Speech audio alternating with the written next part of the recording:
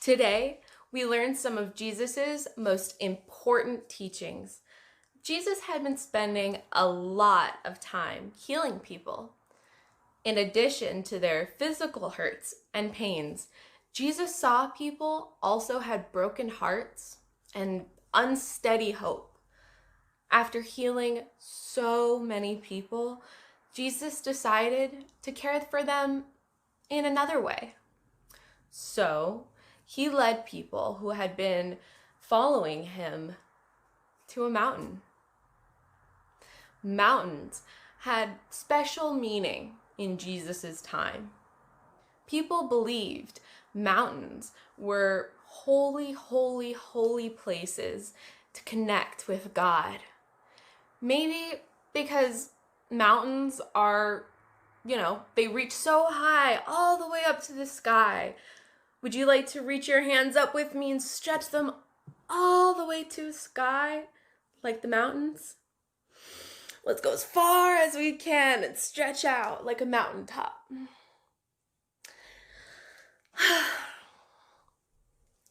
There are lots of stories in the Bible about people having meaningful connections with God on a mountain.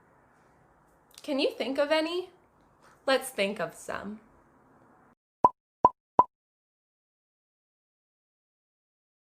Jesus knew mountains reminded people of God's presence with them. So he chose a mountain as a good place to give an important sermon. A sermon is a talk meant to teach and help people grow in their relationship with each other and with God. People were so committed to Jesus that they followed him and climbed all the way to the mountain to listen. There are many, many ways to move up a mountain. Some people hike. Let's hike together like this. You can move your arms up and down to pretend you're hiking.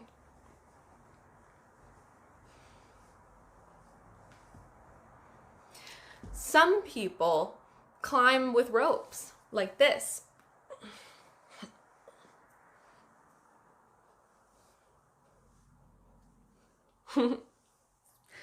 Some people roll using a hiking wheelchair like this.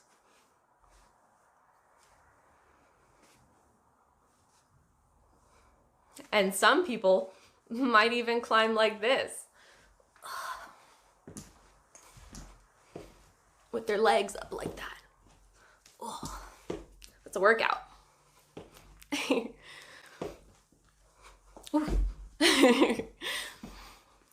Let's pretend to hike up the mountain together. Choose the way you want to move.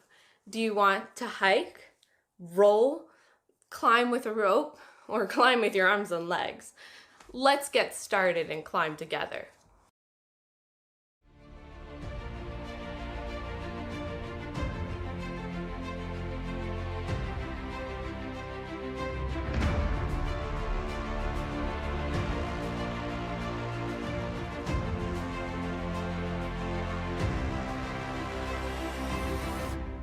Woo, we made it. Let's find a seat and settle our bodies after that big climb. In his Sermon on the Mountain, one of Jesus's first recorded sermons, Jesus lists 9 ways people are blessed. To be blessed meant to be happy or satisfied.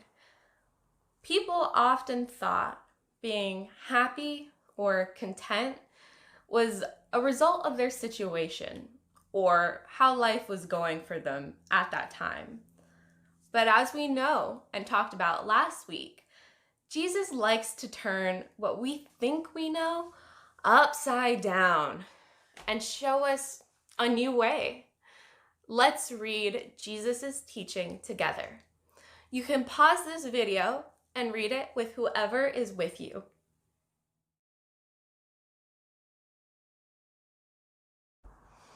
The people listening to Jesus were astonished. Some were confused, some were surprised, and some were relieved. People who were mourning or very sad were blessed. Happy to the fullest, meek, gentle people receive power over the earth. This is like the opposite of what their culture said. Their culture told them that power and possessions were what made a person happy or blessed.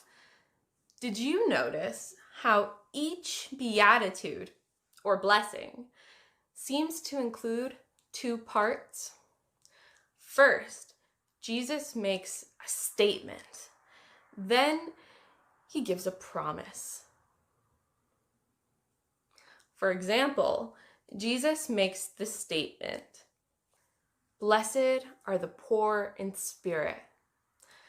Then Jesus promises, "For theirs is the kingdom of God." In each of these verses, Jesus names a group of people who we wouldn't, usually think of as happy or content or blessed. Then he offers them a promise for healing and hope right now, not just in the future. The way Jesus promises these things, the way Jesus promises these blessings is his way of bringing God's kingdom to us here and now. Before we transition to our next activity together, I would like to bless you. A blessing is something you receive. So open your hands like you're ready to receive a gift.